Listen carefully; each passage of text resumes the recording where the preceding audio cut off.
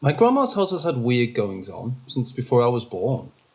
Mysterious ringing phones in the basement, TVs and VCRs with minds of their own, bassinets that rocked by themselves. Anyway, it seems one of them may be a mimic. My grandfather had a job that would take him out of town at times.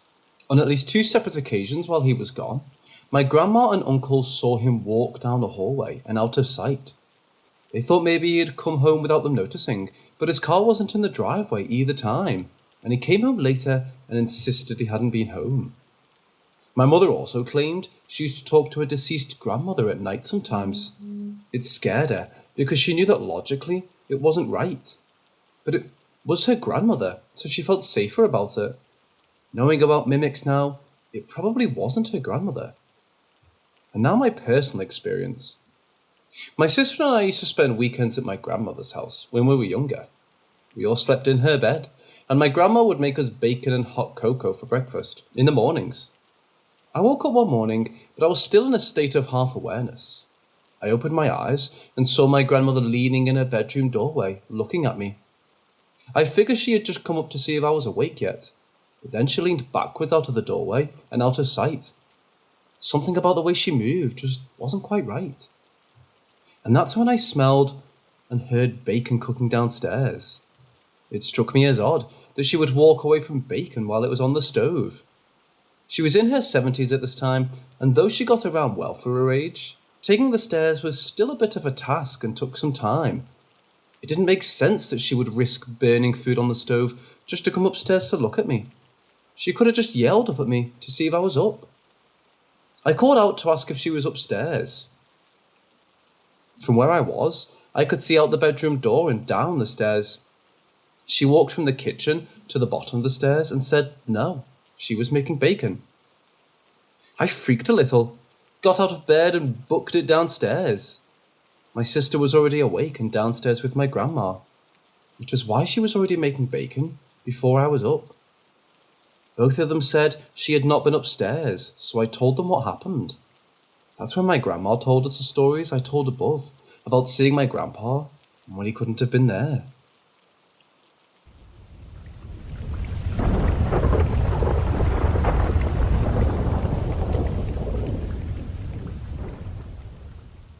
This story took place in the winter of 1997. Me and my friend, who I'll call Will, were camping in Zion National Park, Utah. I'm not sure whether or not camping was legal at the time, as we were both from Maine. We're both devout Mormons, so we were visiting the area to connect to other like-minded people. We first went to the park sometime in the middle of January, so the weather was very frigid. We decided to make a camp in a small clearing somewhere near the Great Staircase. We set a small tent up underneath a few trees. Things went fine for the first few nights. On the third morning, Will woke up in a cold sweat in the wee hours. He had had a vivid nightmare of a creature with matte black eyes following him through the canyon. We brushed it off as just that, a nightmare. Later that morning, we went up the ridge and to do some sightseeing. Will was eerily quiet. I asked him if he was all right, and he told me he had been to this part of the park before. Neither of us had been here in the days prior, and he realized he had seen it in his dream. We were both spooked, but brushed it off as a coincidence. We went back to camp later that afternoon, and we thought nothing of the coincidence from earlier. That night, when we went to cook up some of the hot dogs we'd brought along with us, we searched and searched for them, but they were all but missing. Once again, we just assumed we mustn't have packed them, but Will was certain he saw them earlier that day. We decided not to worry about it, and we ate some protein bars we had packed for hiking. Things went fine for the rest of the night, but we couldn't help but feel there was something wrong. 2 days later, Will woke up in the night again. This time was different though. His nose was bleeding, thick black blood, and his shirt was covered in dirt and mud. One other minor detail I forgot to mention is, he woke up 2 miles from the tent. I only found him because I heard him screaming from out in the bush. I went and found him and helped get back home to camp. When we returned, we found a small bird skull on top of Will's bedroll. The howls of the coyotes and other similar creatures we had heard in the nights prior were non-existent, leaving the canyon strangely silent. Later that day, we went out for another hike. We were about 8 miles from our camp at this point, and being that it was the days before cell phones and we were in a canyon, there was no way we could contact for help if we got lost or injured. Our car was at least a 6-hour hike from where we were camping. We happened upon a small clearing, and at the edge of the tree line, we found a small cave. Being the naive, curious young boys we were, we ventured out in search of an adventure. Inside the cave, there was no sound but the echoes of our footsteps.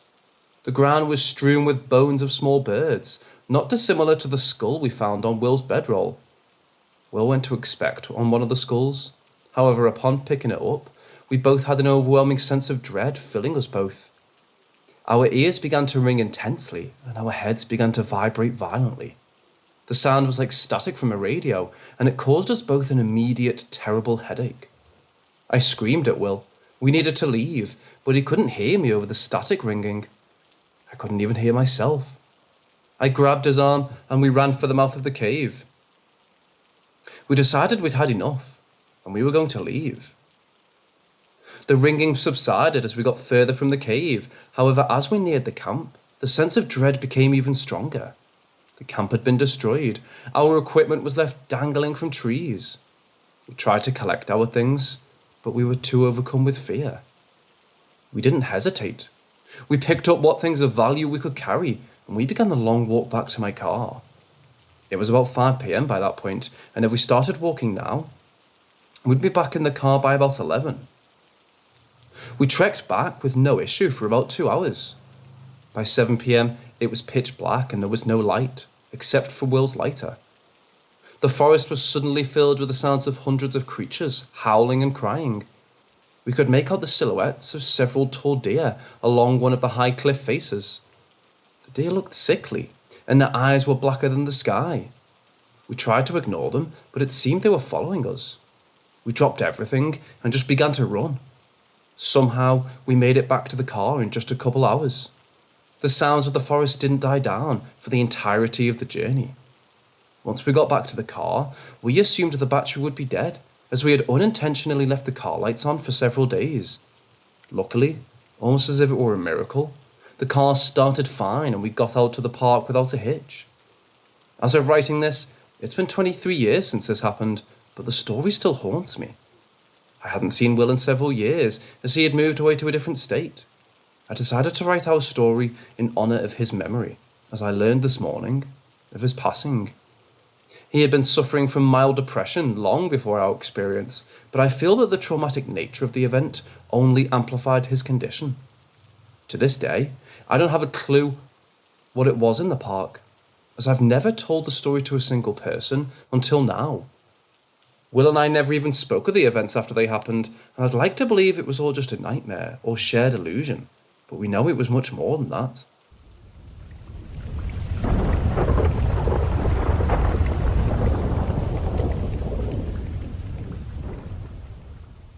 My boyfriend and I moved into an apartment 9 months ago, and we think there could be a ghost kitties here. We have 2 cats of our own, and we've seen both cats acting as if they're chasing something that isn't there. Their toys have gone missing every now and then, but what's spooky is I found 2 of their soft toys under our kitchen sink, behind a board that's blocking that area off. Recently, there's been activity that I don't think ghost kitties could do. Cabinets have opened, light and heavy things have been thrown. Our shower curtain moves every now and then, electronics seem to die quick, and our TV brightness dims and brightens. I enjoy watching scary movies, and I decided that I'd watch one until my boyfriend got home from work. After the first movie was over, the energy in our living room felt different. I wasn't sure if it was because I was a little spooked from watching The Conjuring 3 or what. Mr. B, one of our cats, was staring at the corner with his ears back for a bit. All of a sudden, my beanie that was on the table flew at him, hit him, and made him run away to hide. That scared me a bit, so I went and stood in our kitchen for a while. While I was in there, a breeze flew by me. I decided I needed to step out because my stomach felt sick. When I stood outside our apartment, I heard one of the cats meow and the dishes move. I decided to go back there because I couldn't leave our babies alone there. While I was sitting in the kitchen, one of the cabinets creaked open. This is where I almost started to cry. Luckily, my boyfriend got home a few minutes later. I've experienced things happening before and I felt fine, but the energy I've been feeling the past couple of days is making my stomach knot. Another thing that concerns me is that some of our things seem to go missing. Back in October, I knew I put my earrings on our bedside table before I went to bed. I wanted to put them back on a few days later, but they were gone. We thought maybe one of the cats knocked them onto the floor, so we looked everywhere in our room, and we still haven't found them. We've also lost my boyfriend's main car keys. We have a big jar on one of the tables in our living room that I put our keys, wallets, and coins in. If my boyfriend places his things down, I always end up picking them up and putting them in the jar before bed. Well, he came home late one night while I was already asleep and put all of his things down on the coffee table, keys, wallet, etc. Woke up in the morning and everything but his keys were still there. I've deep cleaned our whole apartment and still haven't found the things that have gone missing. I've also noticed red marks show up in my skin that weren't there minutes before. These are just a few of the experiences I've witnessed. There's been a lot more. They only seem to be the most active around me. My boyfriend has only witnessed a few things happen to him, and most of the time, it's little things while I'm in the room with him. I feel like the energy in our apartment has shifted, and now I start to feel sick almost every time I witness something happen. Is there a way to cleanse the negative energy I keep feeling?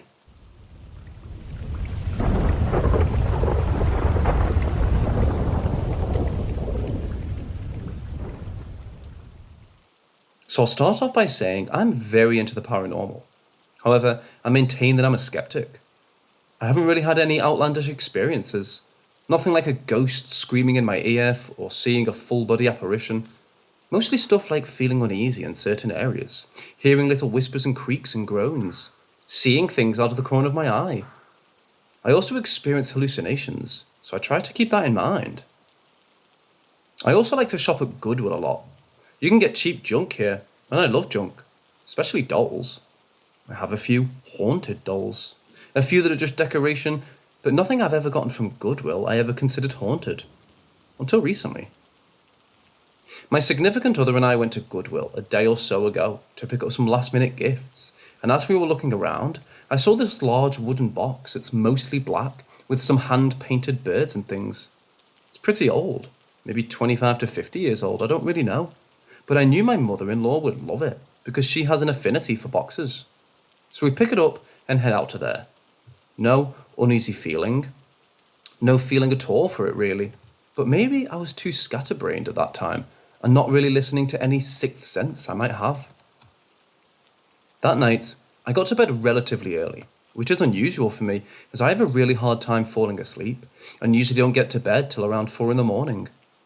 Maybe an hour after I fall asleep, I suddenly wake up and experience what I'm assuming was sleep paralysis.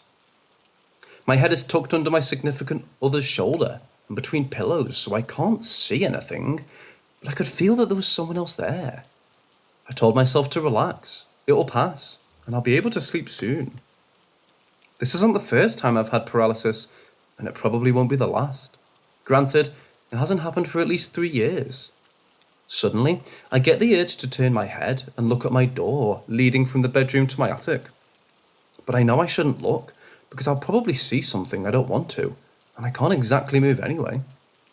But for some ungodly reason, the urge to turn my head and look was so wrong I felt like, holy shit, I'm breaking out of sleep paralysis.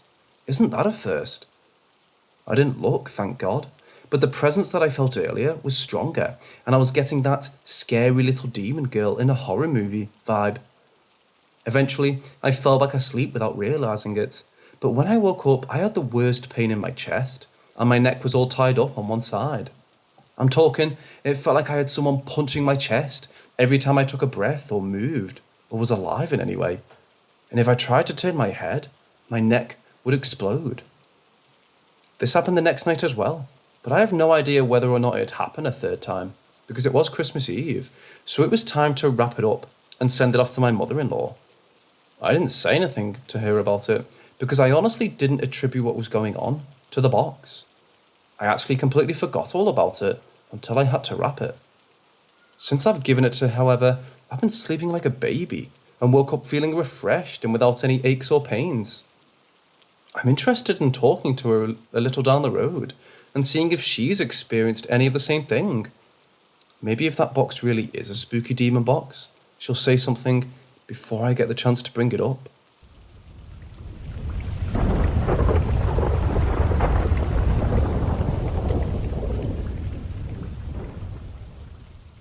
I firmly believe that there are many unexplained things in this world. You know, the things we have a hard time discussing with others because you don't want to be labelled as crazy. But you know they are, all the same. My dad's house, I believe, contains such an entity. There really isn't one big story to tell, but rather a bunch of small ones that combine into something really hard to write off as sheer coincidence. Most of these are told from my dad's perspective, although I was able to experience one for myself. I was spending the night at Dad's house one time, and we were all in the living room watching TV. My little sister was sitting on the couch with my dad and stepmom, and I was sitting in the recliner with one of the dogs. The other dog was laying in front of the couch. In between the couch and recliner was an end table, and sitting on the table was a glass box that my stepmom got from her mom. We were paying it no mind when we heard a crash. We weren't expecting it, so we all jumped. The glass box on the table had fallen off the back side of the table and broke. The glass box had been sitting a good distance away from the edge, so it couldn't have fallen on its own. No one was close enough to bump the table. It was like someone lightly pushed the box off the edge, like what a cat would do. We investigated for several minutes before chalking up to another one of those incidents. My dad was standing in the middle of the living room watching the TV. It was in the middle of the day, and he was the only one home. Suddenly, from the direction of his and my stepmom's bedroom, he heard a loud and deep "ha-ha." His first thought was that someone had broken into the house, so we ran in there ready to beat the daylights out of the intruder, only to find an empty room. He looked around for a while and didn't find anyone there. Another time, my dad was in the living room again. It was just him and the dogs. He got up to grab the remote, and he made a comment. You know the kind you make when you think out loud? Then he heard someone hiss, "Silence," into his ear. My dad, the king of underreactions, simply grabbed the remote and on his way back to the chair said, "How about you shut the fuck up?" He didn't hear anything else for the rest of the day. One night, when my dad and stepmom had just gotten in bed, they just pulled the sheets over them, the door that leads to their bathroom shook. I'm not talking about some mild shaking that may come with an old house. It was like someone took hold of the door itself and was violently trying to shake it off its hinges. Needless to say, my stepmom was glad that my dad wasn't working nights that night. Along with these things, there are some shadow people sightings made by both my dad and my little sister. One time, in the middle of the day again, my dad was in the kitchen watching one of his football shows. Something compelled him to look towards the entrance of the kitchen, and he saw shadowy, disembodied feet walk across the entrance. My dad, once again the king of underreactions, looked out the kitchen. When he saw nothing, he shrugged his shoulders and went back to his football. This sighting is something that both my dad and little sister swore up and down they saw. On the right back corner of the living room, there's a very short hallway with 3 doors. A door to the bathroom, a door to my room, and a door what used to be my sister's room, but is now used for storage. The 2 bedroom doors are on the right side of the bathroom door, right in front of them. You can see the bedroom doors from the living room. They saw a shadowy figure leave the bathroom and head into the storage room. That being said, the storage room seems to be where this thing dwells when it isn't bothering my family. It's to the point that my sister refuses to ever go into that room again. And even just walking past that room is enough to cause your hairs to stand on end. I could go on for hours, but I'm going to stop here. If any of you have any idea of what we're dealing with, please let me know.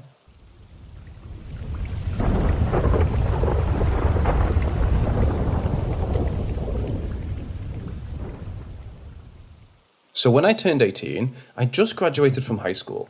This was 2017. After summer, I found a brand new apartment complex. Literally not one building was up. There was only a trailer for the office. I got a new 2-bedroom, 2-bath apartment and moved in shortly after the first half of my building was finished. Anyways, just a little intro. Nothing happened in the beginning. Everything was cool, and the apartment was usually quiet. Right around before summer 2018, my roommate, we'll call her Jessica, moved out, right? So I found that my good friend was looking for a roommate, but didn't have her own apartment yet. So, we hit each other up and she ended up moving in. All was fun and games until around the 2 or 3 week mark of her moving in. Things super low-key started happening. It wasn't serious. They were, I would say, scientifically explainable things. The drawer would be open, our bedroom doors would be open, or sometimes we would leave them open to let the house heat up at night, and the doors would be closed when we came back. Our bedrooms were carpeted, and the door has a hard time itself opening and closing because of the carpet. A couple more weeks go by, and it intensifies a little bit. We started to hear the doors close. We would see black shadows from my room. I thought it was just because it's dark and our eyes play tricks on us. No big deal. Things were almost misplaced all the time. Things would randomly be tipped over. Okay, now, it was about the 2 or 3 month mark of her living there. My roommate came home and was taking a bath in a bathroom, and she heard footsteps in the hallway. She said she 100% swore it was me. She said my name, but nothing came. She messaged me, and I was still at work. She recalls even hearing the skin to floor as if the feet were sweaty. We can't even hear anything from our downstairs neighbours. I started hearing it a few weeks later. She only signed a 6-month lease because she wanted to get her own place near the college. So I met a girl at work. She will be Grace and her boyfriend Kyle. Grace immediately caught in on the activity in the house. It was very frequent. It was like whatever it was wanted to be known. My friend Hannah liked to come and stay a couple of days, and one time she was staying, and Grace and I left for work that morning, and Kyle was staying the night before, but he had a convention at the place Grace and I had worked at. So he and Grace rode together to work, while I took my own rig. About halfway through my shift, I noticed that Hannah was online, therefore must have finally woken up. Almost instantly, she messaged me and said, "Is Grace's boyfriend still here?" And I forgot that he came to work for the convention, so I said yes. She replied, "Oh, okay, good. Kinda scared me. I heard someone coming from Grace's room." And I started to remember that Kyle did have to come here. So I asked Grace if he for sure was here, and she said yes, because they rode together. I called Hannah and told her, and she freaked out. I'd gotten home later to her with all the lights on and the curtains pulled back. She explained to me that she kept hearing something coming from Grace's room while she was sleeping, and she thought it was snoring, so she assumed it was Kyle. It finally got so loud that Hannah just woke up and got on her phone. She said even then, the noise got louder until it just stopped. We discussed it with my friend, who'd suggested it might be like snarling or growling. Hannah went pale and quickly came to realise that it was exactly what it was. We shagged up the house and all, but nothing ever helped. Things continued to go on, and I was forced to move home recently, and I know it was still haunted. The footsteps down the hall were so real. There were times I thought it was my cousin or Hannah walking down while I was in the bathroom, so I thought I'd scare them while I was coming out, and they would still be sitting in the living room or sleeping. The lights also flickered the last month of me living there, and it was pretty late. It happened for no reason, and it wasn't even consistent flickers. They were random and different with each light in the house. I also sometimes woke up at 3 to 3:30 at night for no reason, and I was terrified. Absolutely no reason.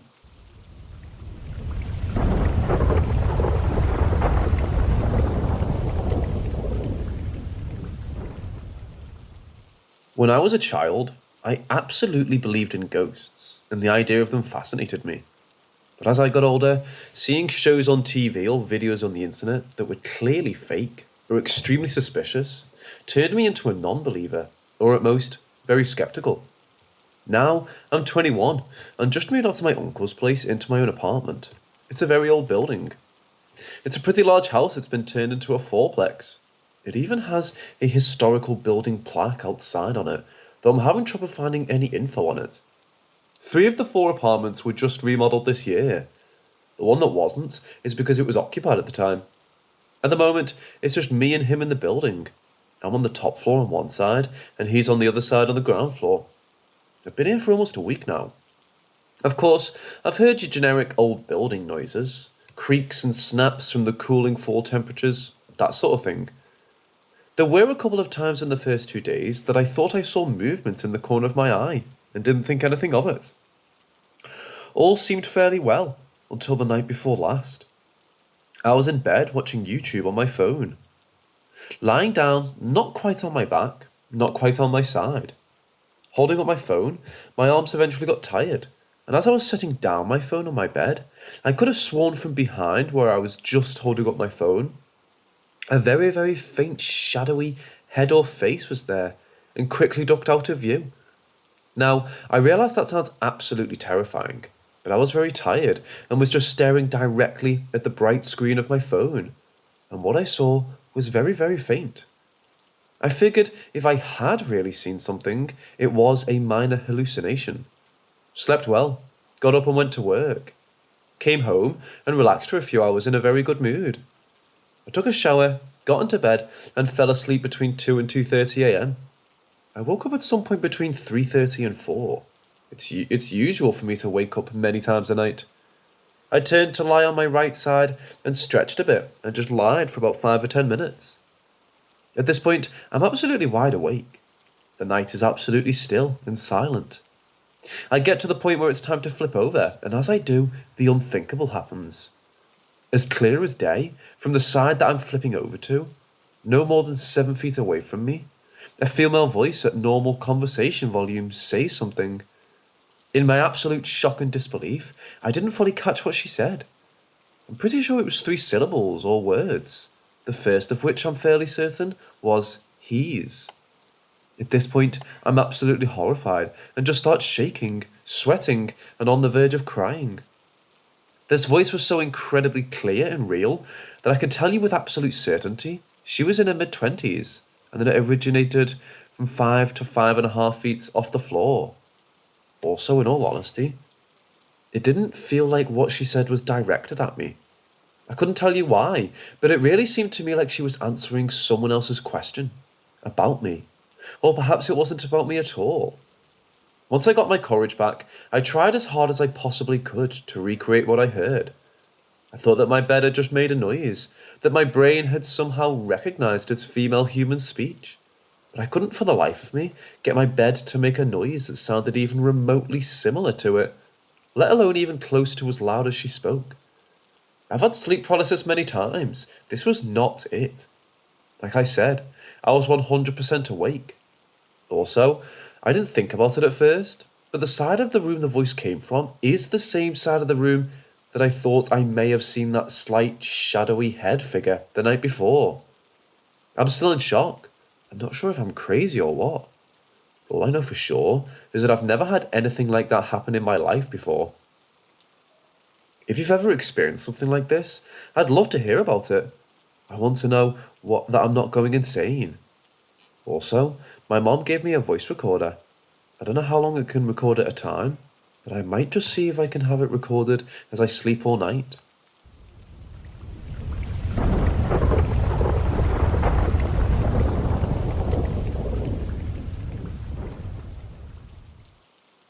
Two weeks ago, my little dog Max died.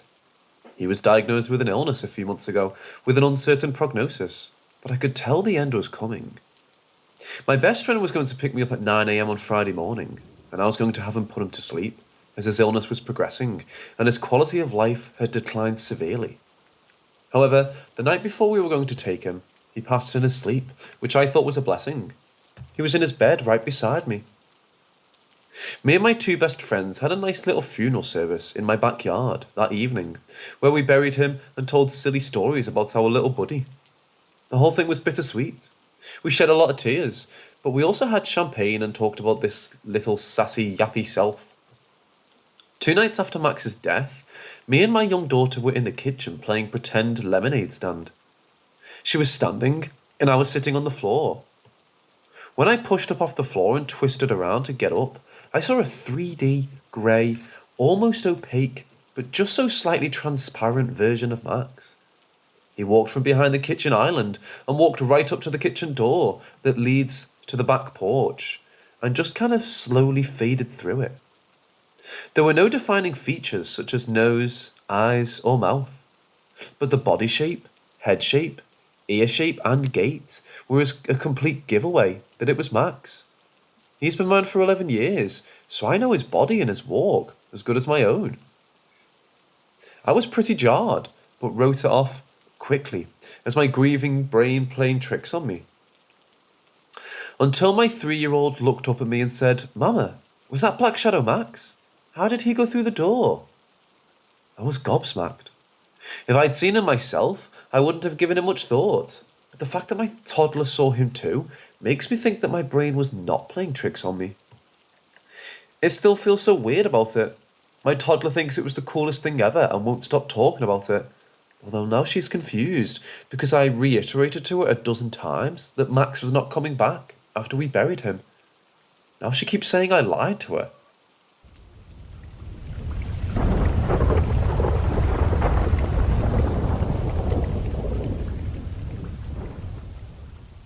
When my little sister was 2 to 6, she had 2 imaginary friends, Madden and Jacob. She was 2 when she started talking about them in serious detail non-stop. She told us their hair colour, their skin colour, what they liked to wear. We had no idea where she got the name Madden from. It seemed kind of random. She talked to them more than she talked to anyone in the family. She talked to them all the time, until one day she just stopped. She started 1st grade, made some visible friends, and never mentioned Madden or Jacob again. We chalked it up to childhood imagination. Well, over 20 years later, I have a daughter. She began talking at 1, and by 18 months was talking like a pro. One day, I was watching her jump on the bed. She was 2.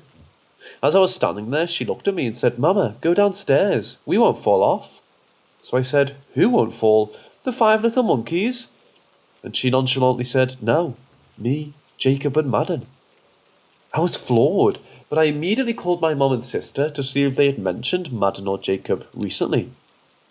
They both replied by saying that they forgot all about them, and we were also weirded out. I asked my daughter where she heard the names Madden and Jacob, and she simply said, "They told me." Everyone I've told this is like, "Oh, I'm sure one of you mentioned it to them. And she was really little and forgot about it, but I know we didn't."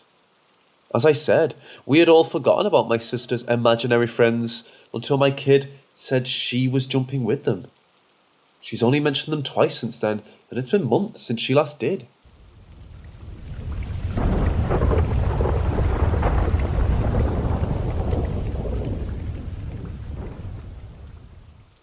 A couple of years ago, my family and I had just gotten home mid-morning from a road trip vacation. Everyone went to their rooms to get some sleep, since we'd been travelling all night without rest. I wasn't too tired, so I just went to my room.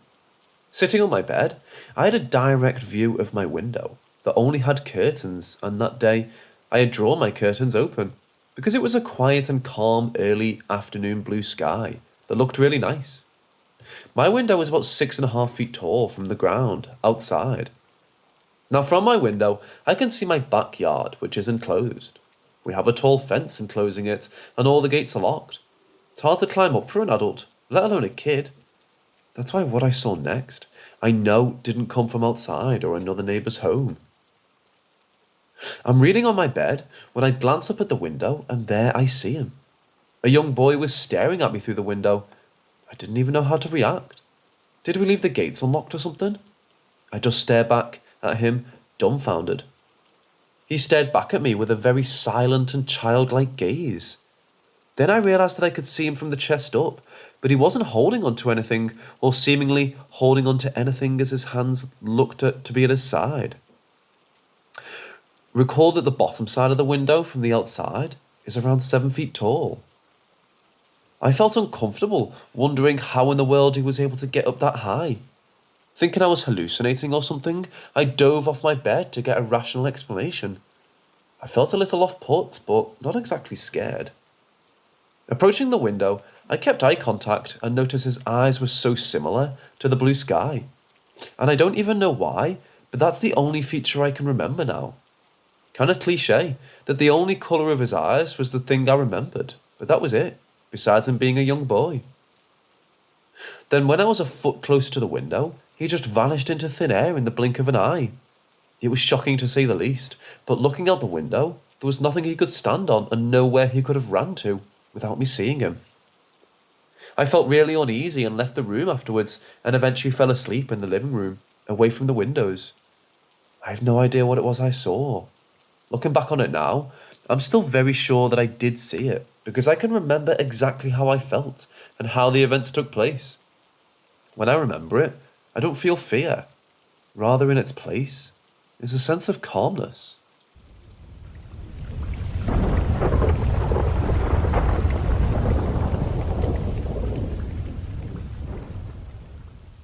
This happened on Christmas Eve, but I've only been able to sit down and write it out now. I work as a cop in a small town where usually nothing happens. Last summer some children went missing and I helped on the case. They thankfully were found and I learned there were creatures living in the dark. However, knowing there were supernatural creatures out there didn't change how I lived. When we got a report of a man missing on one of the hiking trails, I didn't think anything strange happened. He just got lost in the snow that was coming down. I joined the search party looking for him while reviewing what we knew. A tall, dark-haired man signed in at the ranger station that day before saying he would sign back out at the end of the day. When he didn't arrive, the rangers started to worry. They did a quick check along the trails asking if anyone had seen him. They hoped he just forgot to sign out. When they found torn clothing and blood on the trail, the situation became more serious. There wasn't enough blood to know if he died, only that he was hurt in some way. The torn scraps of clothing matched the pants the man was wearing, so the rangers called us out for some help. I was still a newbie when I came to search and rescue, so I stayed by my team to look through the trails. The first day, everyone came up empty. We started to think this was a body recovery mission due to the dropping temperatures. When the snow started to fall, we didn't think this man would make it if he was injured. On Christmas Eve, I was out searching again. To my great embarrassment, I got lost. It was pretty impressive that I was separated from my group when I was surrounded by professionals in the field. As we walked in the frozen woods, glittering from the recent snowfall, I heard something. On the wind was the faintest voice calling for help. I heard something, I told my team leader over my shoulder. I'm just going to take a few steps over there to check it out. Hugh, wait for us all to go together, my leader replied. He took a step and got his foot caught in something under the snow. He swore, and I didn't wait as I was told, but he was only a few feet away and still within sight. I reassured him once again I was only going to take a few steps ahead. When I did so, I slipped down a slope I didn't see. Luckily, I wasn't harmed from the short fall, just surprised by what happened. I sat in waist-deep snow, cold and confused. My radio and phone were still working, and that was a good sign. I would just need to wait a few seconds for someone to see me so I could rejoin the team. My radio crackled at my shoulder. Hugh, where did you go off to? My team leader demanded, sounding stressed. I slipped down a little slope. I can climb up on my own. I should be right in front of you, just a few feet away, I answered back. There was a long pause and I listened, trying to locate my leader. Something wasn't right. I was so nearby, I should have heard myself on the radio. But nothing stirred in those woods. I should be hearing something, and yet it was as silent as the grave. I don't see you. You just disappeared right in front of me. It's weird. Try climbing up and then stay in one spot. All right, see you shortly. I spoke into my radio, then clipped it back on. It wasn't until I climbed to the top of the slope with some difficulty that I started to get worried. I should have seen my own footprints in the snow, and yet there was none. I couldn't see where I slipped a few minutes before or any other signs of life. I started to suspect something not natural was going on when I didn't see anyone else in those woods. I tried my radio again, only to have nothing happen. I could listen to other channels, but nothing I said was getting out. My phone was doing the same thing. The GPS wasn't working, nor was it able to call or text. My radio cracked to life, and I jumped at the noise. We found Hugh. Team 11 is going to bring him down to get warm. We'll keep looking without him. After that last message, the radio went dead. It no longer turned on, even after I replaced the batteries. I stood frozen, in fear, staring at the now useless radio. There weren't 11 teams out today. For some reason, I was stuck in the middle of the cold forest without anyone looking for me. I knew if I let myself panic, it would only bring my survival rate down. I thought I remembered how to get back to the trail. We didn't go very far before I was separated. If that didn't work out, I would hunker down somewhere I could stay warm and think of a different plan. I don't know if something supernatural was going on. Now that I'd seen those sort of things, I believed in them. I could be trapped in the loop again. By some miracle, I found the trail again. I may be on the trail, but I was literally not out of the woods yet. As I walked, I kept an eye on the time. It was getting dark earlier, and it felt like the temperature had dropped since I'd gotten lost. I knew I only had a few more minutes of walking until I reached the end of the trail, when I heard the sound that caused me to walk off in the first place. Someone screamed for help. I turned on my heels, nearly tripping myself from moving so fast. The sound was close and desperate. I did something very stupid. Instead of walking to safety, I did the same thing that got me lost in the first place. I went towards the direction of the noise, with my gun at my side. "Someone, please!" The voice was hoarse. It sounded as if he was screaming and running at the same time. I charged forward and nearly collided with the screaming man. Stepping aside at the last second, he flew forwards, tripping over into the snow. His heavy pack forced him off balance. At first, I wondered why he still had such a heavy thing on his back. Then I realised without his supplies, he wouldn't have survived in the cold overnight. I lifted him out of the snow, the panicked man coughing and sputtering. "Run! We need to run!" he shrieked, grabbing a hold of my arm. Before I asked him what we were running from, the snow a few feet away from us started to burst up, as if something unseen was moving through it. Then I realised something was moving under the snow. Hauling the skinny man along, we both started to move as fast as possible, with something on our heels. I felt him get caught on something. He jerked backwards as something grabbed his bag. As I pulled him forwards, I heard a ripping sound. He'd lost his water bottle pouch and all the contents, but we escaped with our lives. At least, for the moment.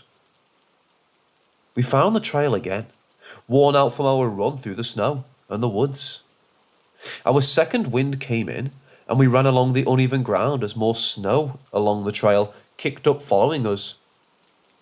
I wasn't even thinking. I was just running as fast as I could, trying to get us safe. The man stumbled again. I wasn't quick enough to catch him or stop his fall. He crashed to the ground, and I couldn't stop right away. Panting, he sat up in horror as someone burst out from the snow, directly towards its victim. I only saw a vague shape of the creature covered in fur. I wasn't very big, but I knew it was deadly. Raising my gun, I fired. I didn't hit the creature, but scared it enough for it to dart back into the snow and away from us. Looking around, I didn't see any more of the strange creatures moving in the snow. They could be staying still, watching us, but I didn't see a sign of them. I quickly went over and helped the man up. I took his pack from him so he could move faster. He had been lost for over a day already. I was the strongest of the pair. We kept going, hoping we would see some help soon. He remained silent as he walked as fast as possible. Neither of us could run just yet. The longer we walked, the more the fear spread. Finally, we stopped, him exhausted and needing a break. I shared my water and a half-frozen granola bar.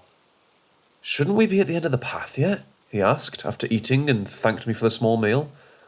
"Yes, we should. The problem is, I don't recognize anything in the area. I made sure to remember what the trail out looked like just in case I got lost," I commented, looking over the unfamiliar trail. He looked even paler than before. His glasses slipping down his face, he adjusted them with trembling hands. I looked him over, wondering what he was doing out here. I've only worked in this area for half a year, but you start to notice what type of people go camping and hiking. He wasn't wearing any brands of clothing made for winter hikes or camping. His tent and sleeping bag rolled on his pack looked like summer ones. I wondered how he wasn't freezing in his wet jeans. Maybe hiking was a new hobby you just picked up. I didn't introduce myself. I'm Hugh. I'm an officer. We were looking for you. You're Richard, correct? I extended my hand for him to take. He shook it, looking a bit nervous. Richard was a very thin man. His fingers are bony and cold, even through his gloves. Good thing I found him as soon as I did. He would starve to death in a few days because his body already had nothing to work with. Yes, I'm Richard Horde. I was told by my boss that hiking would be a great hobby for me, so I listened to him. I really should have waited until the summer. I wasn't expecting to get lost, but I brought a tent with me in case I did, he explained. We were walking as we spoke, and Richard kept looking in every direction. I didn't blame him. The sun was starting to set, and we hadn't seen anyone else. Those creatures could attack us at any moment. I wasn't certain if I could keep my hands steady enough to hit a small moving target in the cold and dark. Is your leg all right? We found part of your pants and some blood. I asked Richard, noticing he wasn't limping. He lifted his leg to show off his sock over the top of his warm pants. He gave me a bit of a shy look, as if he was embarrassed. I'm fine. One of those things grabbed my pants and I stabbed it with a knife I carried.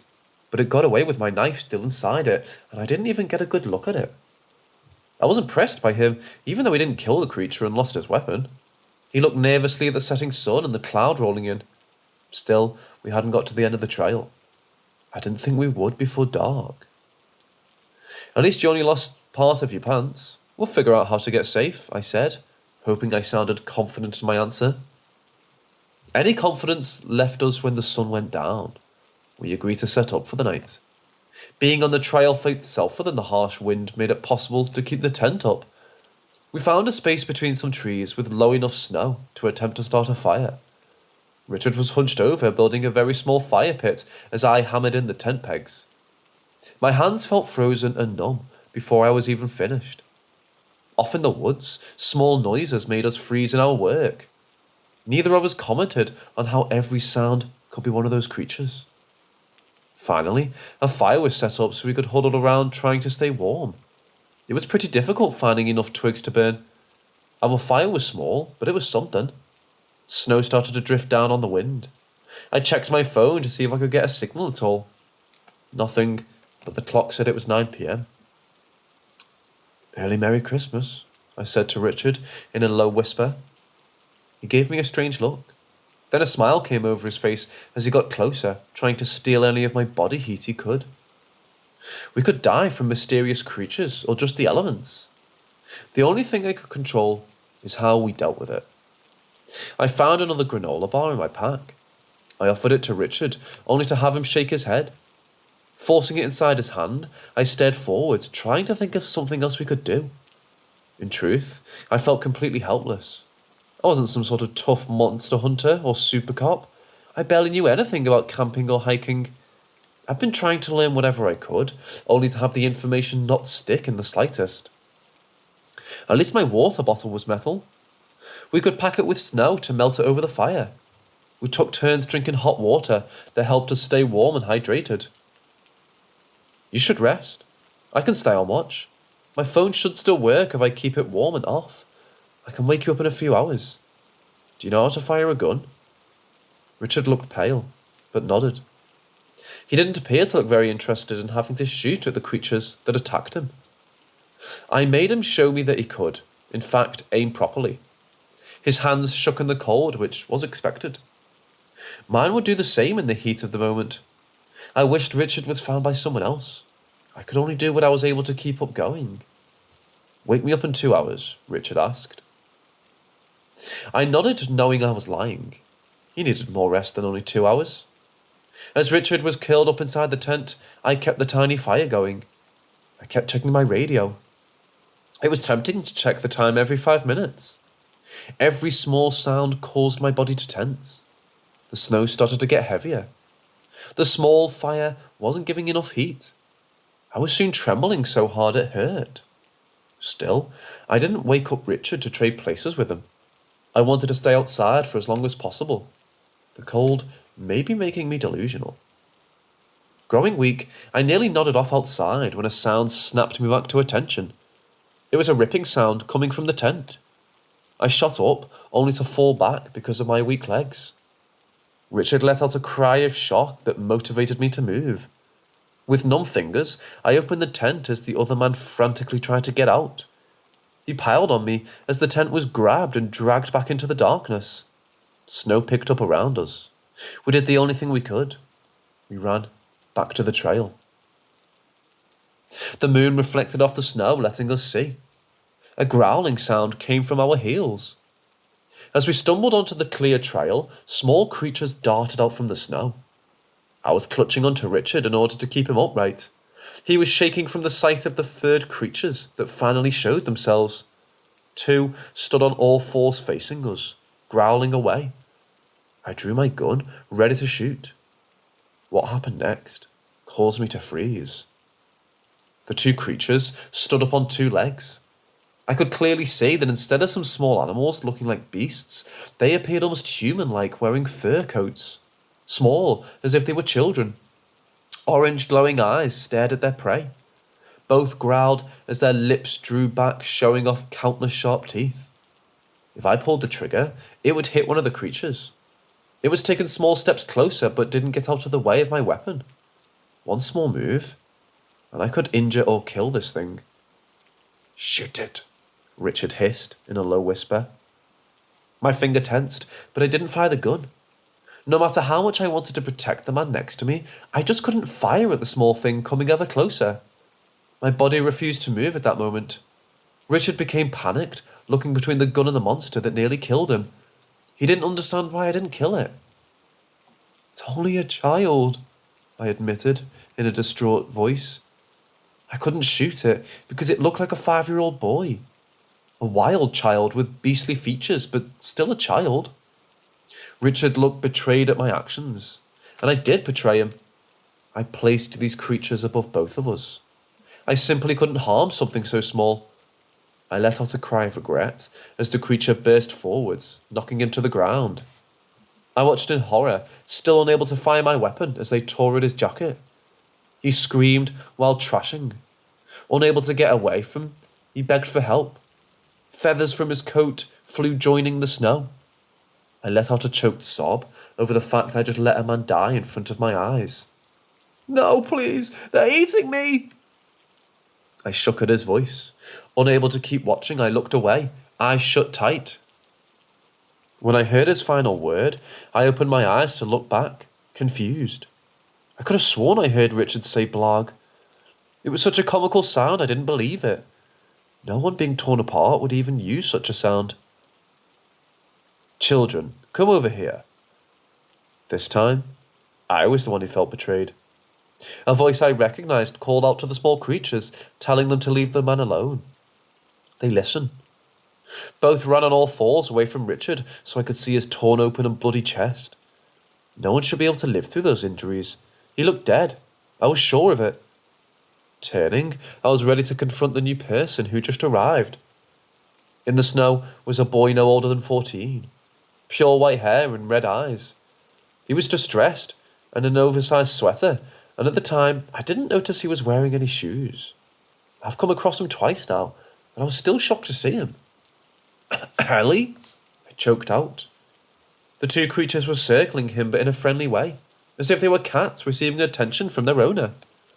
Ellie may not look like much, but this small boy was powerful.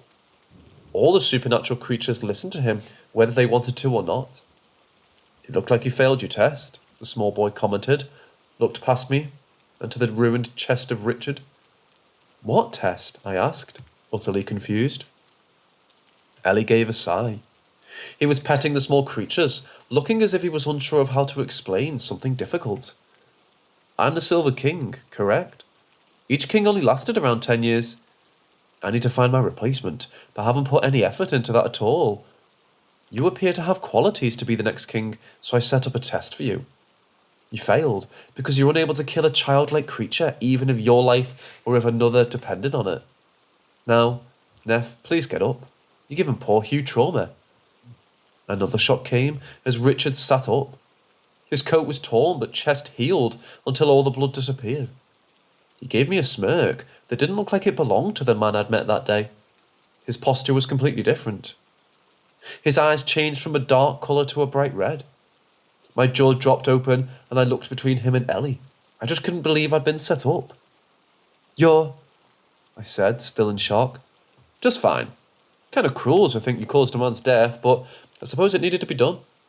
King candidates are respected by supernatural creatures, and we don't mess with you, even if you fail your test. He's still an honoured human, recognised by our king, so you shouldn't have any issues with nasty creatures from now on.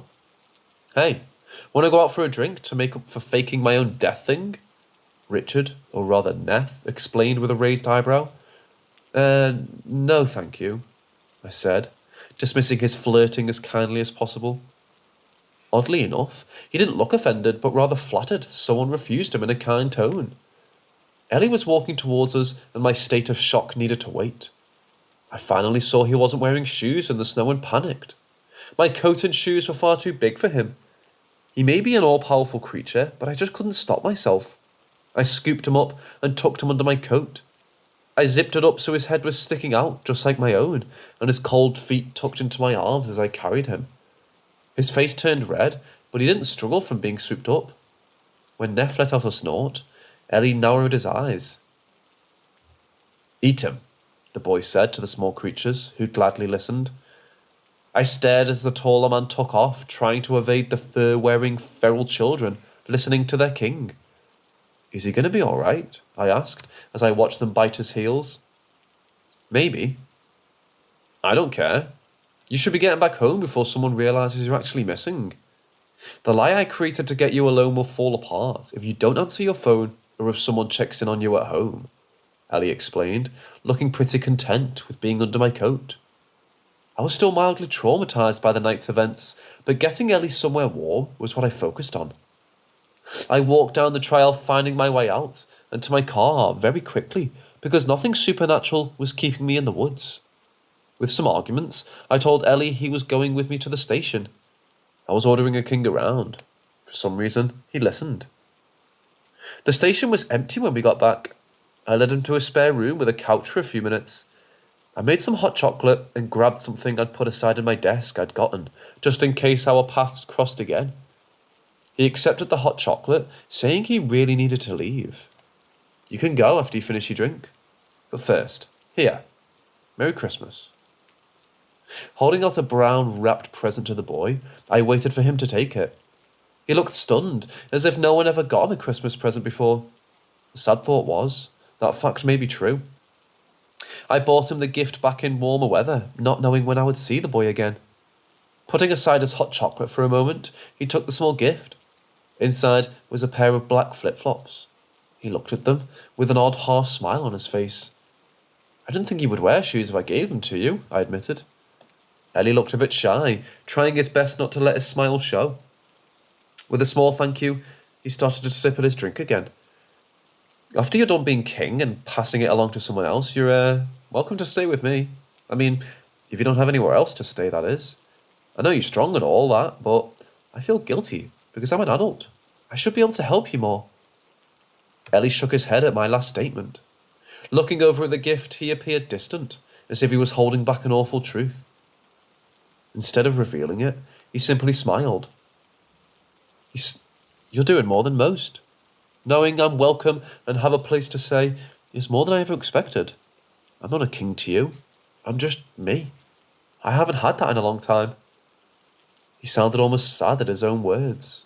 Putting aside his half-finished hot chocolate, he announced he needed to leave, but I wasn't having any of that. I ordered him to finish his drink, then he could go. With a bit of a grumpy tone, he relented. By the time Ellie did finish his drink, the poor boy was nodding off. He let me tuck him in on the couch. By the time I turned off the lights, he was in a deep sleep. Without any doubt, this was a very rare time where he could just relax. I stayed at the office that night. I nodded off at my desk on and off until the morning crew came in and startled me awake. I checked the spare room to see that Ellie was gone. His clean mug in the sink and his flip-flops gone with him. He even folded the blanket before we left. Ellie's a good kid. I wish more than anything he would take me up on my offer to let him stay with me. For now, he's off doing a demanding job. There are creatures in the dark. I know that because I've seen them. Some are in the forest taking and eating people when they least expect it. Others are made simply to give children a good scare on Halloween. I know that even if I was a king's candidate, I would still come across these creatures and wonder what kind of danger I would get into. In the end, I felt it would all be worth it for a very small and very hard-working king.